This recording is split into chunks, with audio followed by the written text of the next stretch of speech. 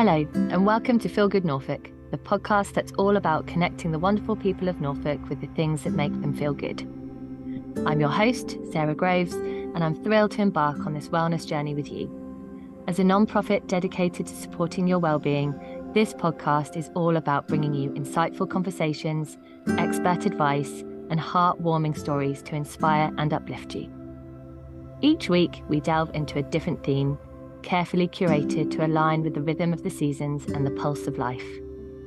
Our mission is simple: to help you discover ways to enhance your wellness, embrace self-care, and foster a sense of community. Whether you are looking for different ways to navigate mindfulness, wanting to explore local wellbeing events, or are seeking gentle approaches to starting the focus on your wellbeing, we've got you covered. So sit back, relax, and get ready to embark on a journey of wellness, brought to you by Norfolk's amazing wellness experts and practitioners. Your happiness matters, and we're here to guide you every step of the way. Welcome to the 5th series of the Feel Good Norfolk podcast. This month, with Mental Health Awareness Week falling in just a few weeks' time, we're going to embark on a journey to explore mental health and wellbeing. I'm your host, Sarah Groves, and I'm excited for you to join us this series as we seek to shed light on various approaches to support mental wellbeing. Because this is such a big and important topic with lots to cover, we will be including an extra episode, making this series 5 awesome conversations with 5 incredible practitioners. Today, we are kicking off the series with Jennifer Austin, a skilled hypnotherapist who specialises in guiding people towards positive transformation without delving into past traumas. In a world where many believe that discussing past issues is the only path to healing, Jen offers an alternative perspective. Through hypnotherapy, she enables her clients to bypass the need to discuss the past and instead focuses solely on creating a brighter future. So join us as we delve into the transformative power of hypnotherapy and discover how it can offer hope and healing for those seeking to overcome mental health challenges. So find a comfortable spot and let's get started.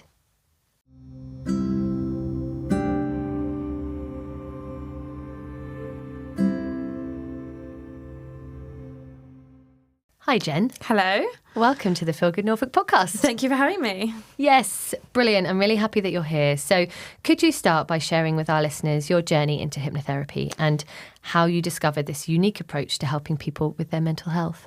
Absolutely. So I think like most people, I had no idea what hypnotherapy was when I first came across it. And at the time, I had already had private acceptance and commitment therapy. I'd had NHS cognitive behavioural therapy, and I was on the wait list for NHS potential PTSD therapy and wasn't coping very well.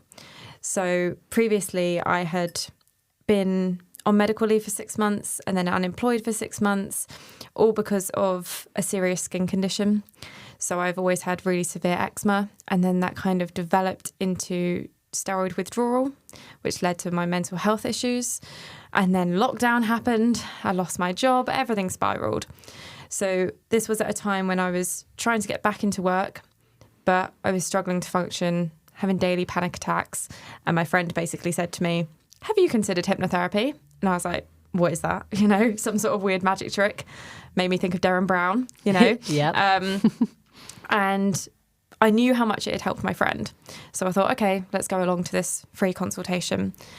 And it was awesome. And I finally learned, you know, what was going on in my brain. It was the first time someone had actually explained to me why I was feeling the way I was feeling, you know, why I was reacting in the way I was. So I went ahead and I had 6 sessions and they were amazing. I learned so much about not just my brain, but myself.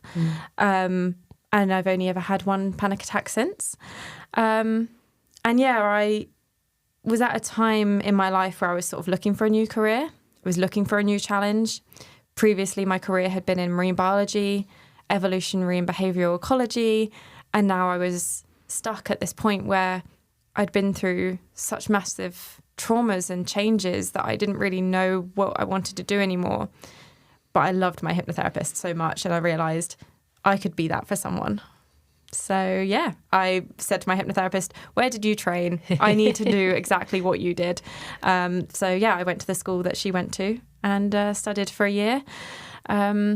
And we see clients straight from the beginning. So as a trainee hypnotherapist, you're seeing clients from like week 1 and just building up slowly, which is really cool, giving you the confidence so that when you do qualify, you can hit the ground running. Brilliant. Yeah. Oh, what a story. Thank you for sharing that with us. And yeah, I think, you know, living with a physical condition can impact our mental health so much. I mean, it's all intertwined, isn't it? That experience and how much we can, like you say, spiral, and then everything starts to fall apart. Yeah. And it's very difficult to find our way again into, you know, connecting with ourselves, let alone the world. Absolutely. I find that I had to go through a period, and a lot of my clients have to go through this too, where you almost had to grieve for that lost time and almost your past self. Yeah. Because you can't help but lose time and lose things you used to enjoy and then lose yourself along the way. I used to be so into fitness. I had phototherapy on the NHS for my skin a few years back, and I was training for my second half marathon at the time, and I had to stop that. And then I didn't run for years. I wasn't able to work out. I couldn't sweat because it was too painful. It's still something that I have to be a little bit wary of now, but I'm on immunosuppressants now. So yeah, I've got the medication that's working for me. But yeah, you have to sort of learn to not be scared of everything again. When you start to get better, I was so scared of showers and bathing because it was so painful for me. I was scared of eating certain things because it might trigger a reaction in my skin. I was scared of the sun, going outside, and pollen, alcohol, all these, like getting dressed even. You know, getting dressed is such a normal thing for people to do. But when you are struggling with a physical condition, even just getting out of bed and getting dressed becomes such a challenge. Yeah. Yeah. Yeah. So how do you feel that the hypnotherapy helped you through that to get you out of bed and getting your clothes on? So it did enable me to focus more on what I can do. I think I was wrapped up in a place where I was focused a lot on the negatives. Obviously, because of what I'd been through, I was thinking about all this stuff I couldn't do. Whereas she helped me to focus on what I can actually do, and start to think about how I can bring those little bits of joy back into my life. So, for example, you know, it might have been along the way I decided, you know, I'm not ready to try fitness again yet. But actually, what about something else that brings me joy? What else can I bring into my life? Because baking used to be a big thing for me that I used to love. But I couldn't go in the kitchen and cook because the temperature of the oven would set me off itching and flaring, and I couldn't eat dairy. So then I was like, oh, I don't know what to bake. So I lost that hobby as well. But then working with her, she's like, oh, but okay, what could you do? And you start to realise, okay, yes, maybe I can't do fitness in the way that I used to, but actually I could do like yin yoga, for example. I did so much yin yoga because I realised, you know, you just get into a pose and you relax into it for 5 minutes. Lovely. And I realised that I can still do some types of fitness, but maybe just not what I used to. Yeah. And no, I can't do baking maybe like I used to, but actually I can do journaling. Yeah. And I can do paint by numbers, and I can get back into video games, which I hadn't been into for ages. So she helped me find joys in my life to replace the things I could no longer do, I guess. And to train my brain into knowing that it's safe. Yeah. Because how I was reacting to, you know, trying to get in the shower, my brain was like, no, we can't do that. It's a painful place. But by building it up slowly and going, okay, well, maybe we need to train my brain that I have a shower, but I put some music on my phone. I have my partner nearby as support. I have the shower sitting down and I hold the shower head. You know, you find all these tiny ways to help it make it just a little bit easier. And by the time you found these ways to make it just 1% easier, actually, you're a bit braver next time because your brain's like, oh, last time it didn't hurt. It was okay. It was okay. So you've shown your brain that little bit of evidence. So she helped me work through how to unlearn the fear that had built up over all these everyday things. Yeah. Those everyday things do become so big when we're struggling with our mental health and with everything else that you're experiencing on top of that. So to take those small steps that's key, isn't it?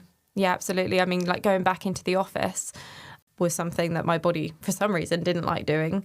Going on the bus, oh my gosh.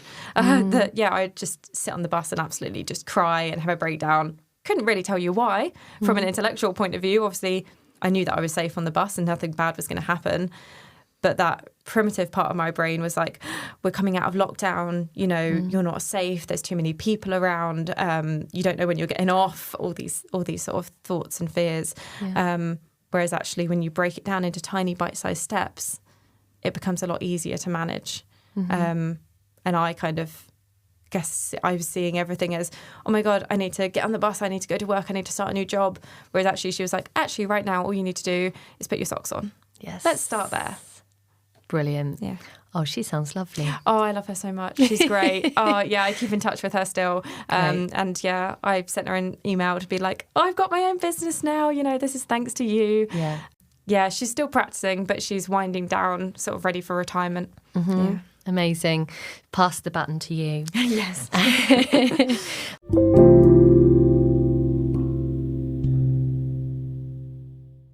I love how you brought up as well, I couldn't tell you why. It's like that we should try and make sense of the way that we're responding or reacting to something, but there is no sense to it sometimes. It just is. Like our bodies are just reacting in a certain way. It's that whole kind of instinctive, I'm not safe. Yeah.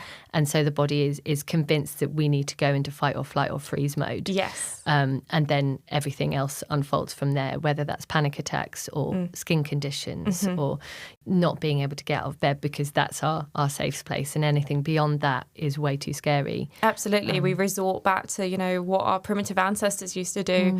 And, you know, if you think of our ancestor, at some point they were in their cave and they would look out and there's ice and snow and danger all around them and they can't go out to hunt. So the only thing they could do is stay in their cave, you know, go into hibernation mode and suppress all those bodily functions to conserve energy. And that's what we resort to. That is really the symptomology of depression, is we deem anything outside of that cave as unsafe. Yeah. So we stay in our bed or our house, whatever it is, and snuggle up under our electric blanket for me with a hot water bottle and we watch Friends on repeat. Yes. Yeah. You know when things are not going great for me when Friends comes on. Yeah, it's such a comfort show. Yeah, I've really binged it so many times. And Harry Potter as well. Yes. So yeah, I think one of the examples I give my clients is to talk about their stress bucket.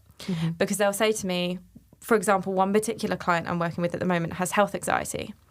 And she said to me, why? Like, I've come up to this block and I don't think I can get past this blockage of, I need to know why. Why do I have this? And I was saying to her, it's not one reason, you know? Think about your stress bucket. So your stress bucket is a metaphor for your hippocampus in the primitive part of the brain. And every negative thought that you have goes in your stress bucket. And so I said to her, if you think about your stress bucket, you know, you've got some trauma sitting in there at the bottom of your bucket, taking up space. We know that trauma physically shrinks your hippocampus.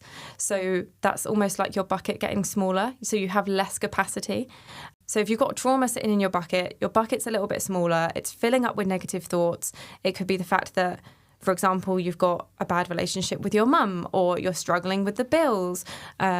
You're stressed about an upcoming event and you don't know what to get your partner for his birthday. You know, oh, you've got to take the dog for a walk, but it's raining. All those things are going in your stress bucket.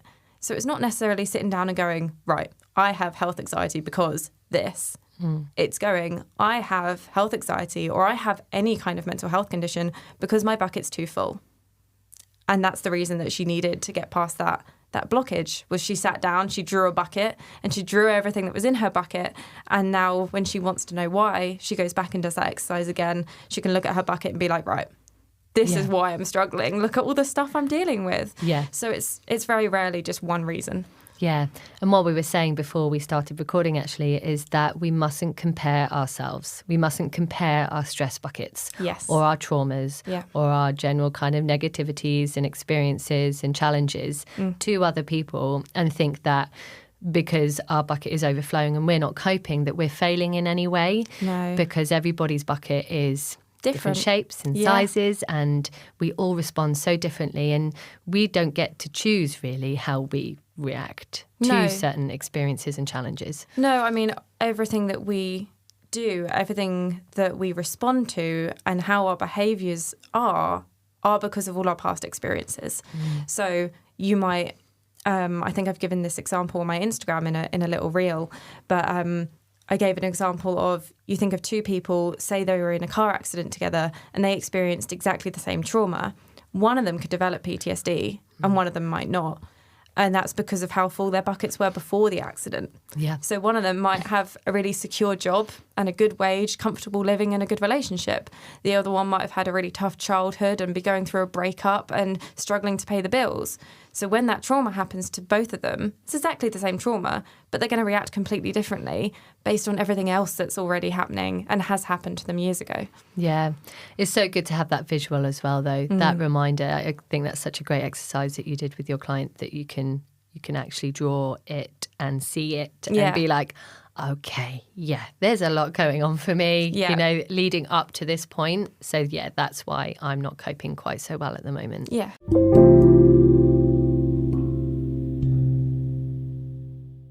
For any of our listeners who have never looked into hypnotherapy before, could you explain how hypnotherapy works and how it differs from traditional therapy approaches? Sure. So there are different types of hypnotherapy. Should probably start by saying that. And I practice solution-focused hypnotherapy. And this is very much based in neuroscience. So we use what we know about the brain to help us alter our mindset. And it's a combination of psychotherapy techniques. So we steal a few techniques from cognitive behavioural therapy, and we steal a bit more from neurolinguistic programming. And these help us address those underlying issues. And then the psychotherapy work is enhanced by the application of hypnosis. So for me, it's half an hour of talking therapy and then half an hour of this deep relaxation. And as the name suggests, it's solution focused. So we're not talking about the problem, we're looking towards the future. So we acknowledge where you are, identify where you want to be, and then we come up with small realistic goals to help you make those necessary changes to move towards the life you want. So I guess in a nutshell, it's different in 3 ways: by not talking about the past, by the use of hypnosis, and by the neuroscience, by learning about your brain and why you're feeling the way you're feeling. I think once people understand, why they're acting the way they do, it's easier for them to then make changes. And it's also nice because they tend to have a bit more self-compassion towards themselves. We're so self-critical. And I'll have clients that say to me, I couldn't do X, Y, Z, or I'm so lazy, I couldn't go into work today, or whatever the reason is. Whereas actually when I say, actually, your body doesn't feel safe, you're working from the primitive part of your brain, you start to understand that your body's flooded with cortisol and the stress hormone, and that's why your skin is flaring. They can start to be like, I'm not lazy, I'm in survival mode, and I just need to take a little bit more care and patience with myself right now. And I think that's really important because we're so hard on ourselves. Yeah. Oh, we really are. And that critic, when we are in a low state of mental health, that inner critic becomes very loud. Yeah. And sometimes I actually like to encourage my clients to name that inner critic. Right. So that primitive part of your brain that likes to say you're not good enough or, you're not doing enough. I say name it because then it gives you more power to tell it off and to separate it.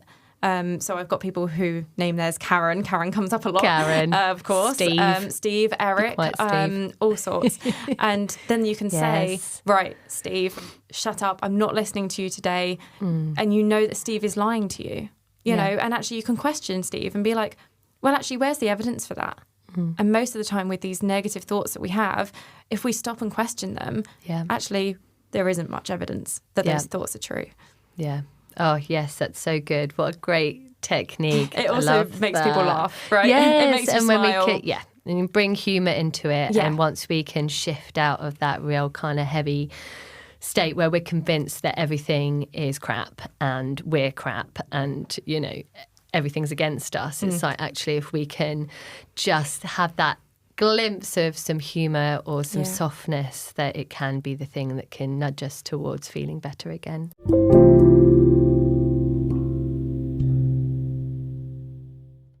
Your approach to hypnotherapy involves focusing solely on creating a brighter future without delving into past traumas.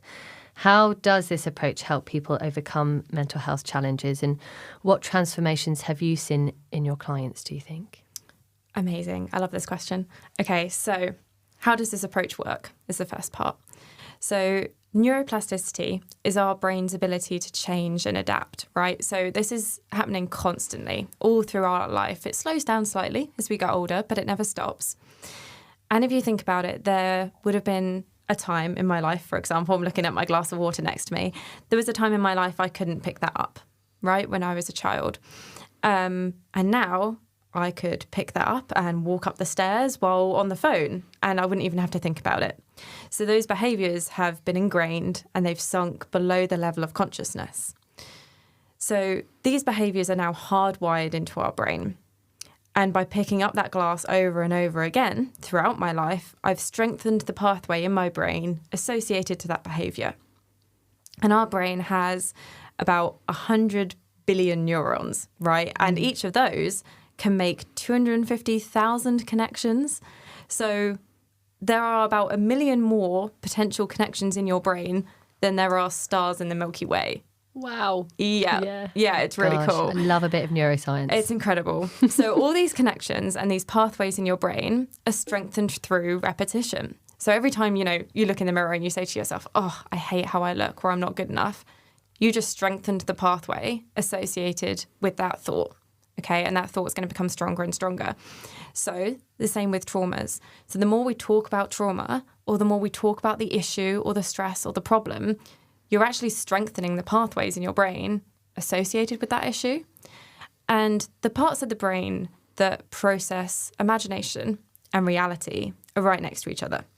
And your brain's not very good at separating the two, which means when we talk about the stress or the trauma, actually we end up feeling those emotions again because our brain doesn't know the difference and it thinks it's happening to us. So that's why we can feel unsafe, we can get all shaky, we can start crying, talking about something that happened years ago, even though right now, in the therapy session or with your friend having a coffee, wherever you're having this conversation, you're safe. You feel unsafe and you're getting upset and you're flooding your body with that cortisol hormone. I have one, let's call her Jane, we'll just make her up a name, who had been through a lot of trauma in her childhood. So she's probably a good one to talk about. She grew up with a lot of anxiety, lots of low mood. She had body dysmorphia. So she had a lot of issues with self-worth. She couldn't be in photos. She couldn't look in the mirror. What she ate was completely dictated by the calories. So she couldn't eat what she wanted. She woke up every hour of the night, had insomnia, took IBS medication, and she didn't even feel worthy of getting help or enjoying life. So she'd never had any type of therapy before. And we worked together for about 4 months, weekly at first, and then every other week. And by the end of it, she was wearing what she wanted. She had this wardrobe that had new clothes in it that had been gifted to her, and she'd never been able to wear them because she didn't feel worthy of wearing new clothes. But she was wearing what she wanted. She went for a massage, which was huge, eating what she wanted, dancing around her house, and she was in family photos. And she actually reported that she felt like a completely different person. She said she had realised her self-worth. She'd finally been able to let go of past trauma. She stopped her IBS medication. She was able to sleep. And she said she had achieved things that she honestly would never have thought possible, which is just beautiful. So beautiful. So beautiful. How special to be able to facilitate that journey and to see it unfold. Yeah. And the joy that comes from that. And my clients say to me, thank you so much. And I'm like, it's not me. Do you know what I mean? Yes, I've helped support you here, but you've put in the work. Yeah. Most of these, most of the work that my clients do is in between sessions. I can point them towards tools. I can teach them about their brain, but then they go away and they do the hard work of expanding their comfort zone. And that is what it was for her. Was her comfort zone was very, very small. And so we had to identify what was on the edges of her comfort zone that she wouldn't normally do, but she could maybe push herself to do a tiny bit. And through that process, we were expanding it more and more so that she actually had a life that she was proud of. Yeah, incredible. Amazing work. And it just goes to show how powerful the brain is. Yeah. I mean, obviously we know that. There's a lot going on. But even the neuroscience stuff that you covered there, and I think we really underestimate, everything that's going on in the brain and how that can, when we're in a certain mindset, it can be all-encompassing and really disabling. But when we can make those shifts with something like hypnotherapy to support us and to start to, create different pathways and different connections and different behavioural patterns and belief systems, it's game-changing. And it's not always about making big changes in your life. I do see clients who will come to me and say, I've moved out my house, or I've quit my job, or I've left my partner. But also, like in Jane's situation, she said to me, I really enjoy my dog walks now. Yeah. And previously, she had always been like, right, I've got to go get this done. It's a bit of a chore. And she would just put her head down, not speak to anyone, walk really quickly, just get it done. And she said now she talks to people on her dog walk. She holds her head up and she says hi to people. And there's a bench that she always stops at.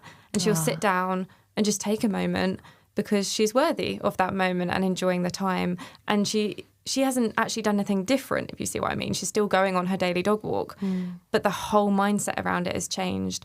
And she'll say to me, I notice the flowers now. And the number of people that say that to me actually in sessions, like after a few weeks, they'll say, I notice the scenery now and I never used to. But it's because you're being present in the moment rather than living in the past or thinking about all those what ifs of the future. Yeah. They're actually noticing what's happening around them right now. Yes. Yeah. And looking outwards as opposed to constantly looking inwards and things, reeling over and over and being on that walk. And all we can think about is, the negative stuff that's happening and what we're experiencing. But actually, when we're at peace, in having that kind of sense of inner peace or anything close to it, that we can actually start to look outward and we feel appreciate safe enough to exactly. actually take those moments. That's it. Yeah. That's it. Coming back to that safety. It's key, isn't it? Yeah.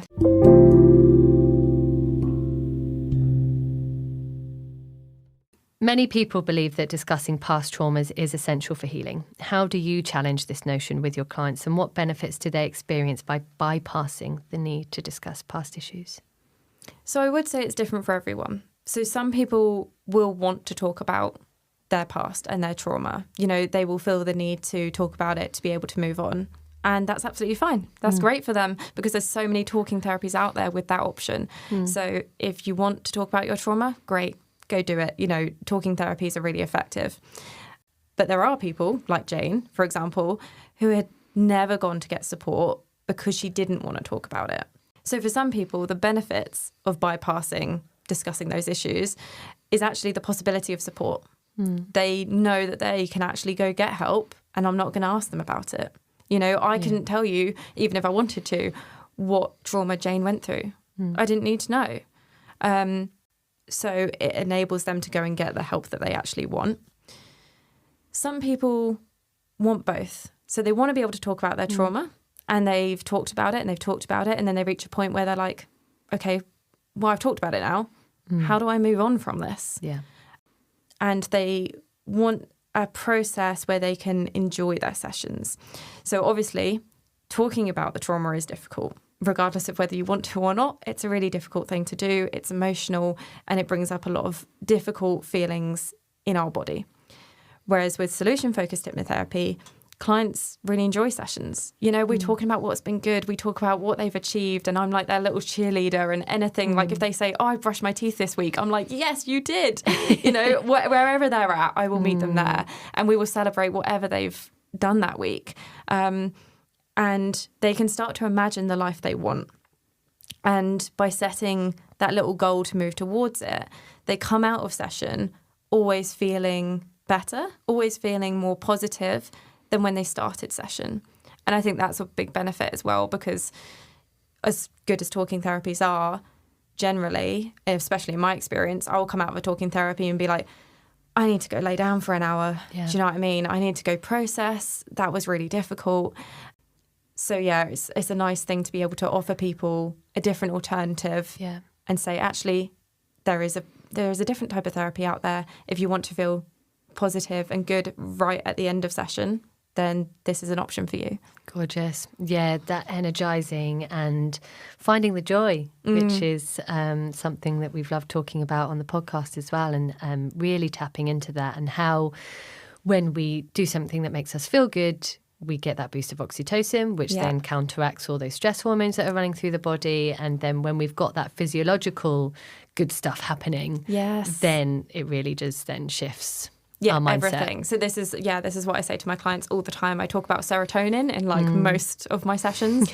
And I say to them, what's been good? And we break that down into positive actions, positive interactions, and positive thoughts. Because when you've got all of those three things going for you, you're producing serotonin, which is obviously not just going to make you feel safer and happier, but also make you braver and more motivated, and actually helps you deal better with physical pain, which is particularly important working with my clients who have chronic illnesses. Yeah. Amazing. So important to get that balance and have all those gorgeous feel-good hormones we're running through our bodies and our brains. So for listeners who may be struggling with their mental health, what practical tips or exercises would you recommend to help them cultivate resilience and well-being in their daily lives?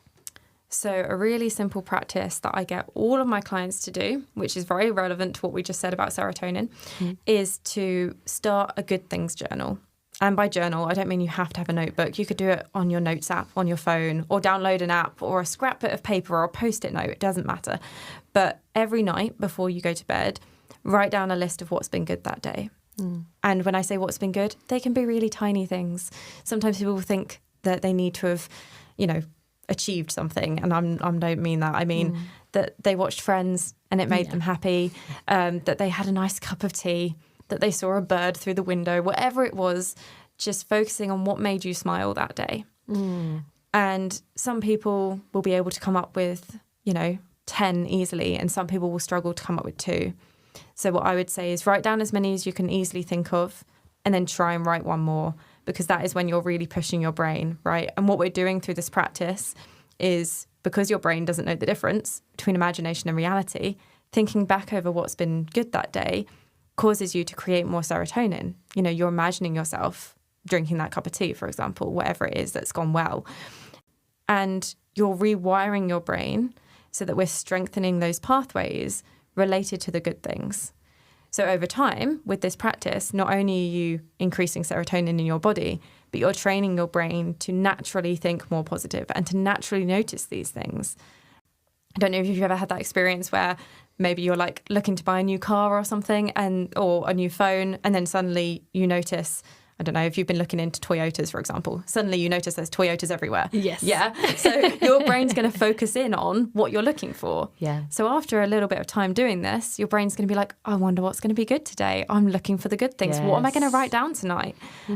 So that's a really simple and really powerful practice. That's gorgeous. Yeah. And prioritize sleep. I know that's so, it's said over and over and over again, but it's said over and over again for a reason. Yeah. It's so important. REM sleep is when we empty that stress bucket, right? We talked about the stress bucket earlier. We do have a natural way of emptying that stress bucket, and it's through REM sleep. So if you're not getting enough sleep or enough good quality sleep, your bucket's going to be filling up but not emptying. Yeah. Prioritize your sleep, focus on writing down those good things, and imagine things going well for you. When you say, what if I make a fool of myself going on this podcast? Well, actually, what if it goes great? Yes. What if we have a lovely time and it inspires me to do it again, and I help someone who's having a hard time? Rewiring yourself to rephrase those what ifs. Yeah, exactly. What if it goes well? Yes. What if it goes well? Yeah. And maybe also learning to say no to people. I have a lot of people pleasers that I see, and they really struggle to say no. But just remember, every time you say yes to something, you are saying no to something else, because time is a finite resource. Every time you say, yes, I will do that thing for you, you're saying no to having a bath or self-care time or just an early night, whatever it is. So just being really wary and putting yourself first. Yeah. And making sure that it's okay to say no. Yeah. Yes, it's a big one. Yeah. There's so many people struggle with, but actually it's so important. It really So is. important. And sometimes they can't say no straight away. So just having an answer like, oh, I'll think about it and get back to you. Having that answer ready just gives you a bit of time to go away and actually think, okay, do I have the capacity? Do I have the spoons right now to give that? And then maybe going back to them and saying no rather than making that decision right there in the moment. Yeah, that's a great tip. I love that. Thank you, Jen, You're so welcome. much. Really enjoyed chatting with you today. And I just feel really uplifted, actually. Good. With, I know, speaking about mental health and the challenges that many of us can experience can feel like such a heavy subject. But speaking to someone like you and a practitioner like you and your energy and enthusiasm and passion around actually addressing it in a much more positive way and finding those solutions for ourselves rather than feeling a bit too stuck in the problem. It's incredible. I find a lot of people, obviously through this process, they get better at problem solving. They find that, yes, I'm there to support them, but they'll leave with a mental health toolbox, if you like, because obviously the idea is that they don't need me anymore. You know, they go away and they know that they have the capability to answer these problems for themselves, because I'll never tell them what to do. I'm never going to solve those problems for them. I just poke them a little bit and ask them some intriguing questions until they come up with their own solutions. And then in the end, they don't need me to poke them. They come up with those solutions in the end all by themselves easily. Nudging them towards feeling good. Yeah. And then they do it all by themselves. Incredible. Awesome work. Thank you. Thank you for coming and chatting with me today. Thank you so much for having me.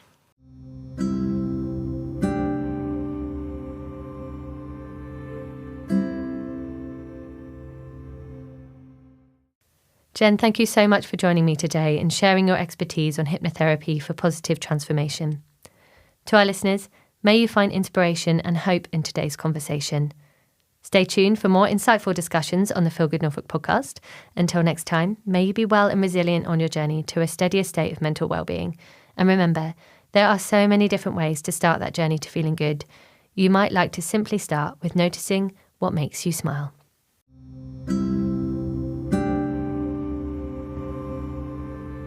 As we wrap up this week's episode of the Feel Good Norfolk podcast, we want to express our gratitude for joining us on this journey towards wellness. We hope today's conversation has left you inspired, informed, and ready to embrace the goodness life has to offer. Remember, the key to feeling good is taking small steps, and we're here to support you every step of the way. If you enjoyed today's episode and want even more wellbeing goodness, head over to feelgoodnorfolk.co.uk and sign up for the Feel Good Club. It's our free membership that unlocks exclusive content and resources designed to enhance your journey to wellbeing. We'd also love to hear your suggestions for future themes and monthly topics to cover, so please do connect with us on our social media if there's anything you're super keen to hear on the podcast.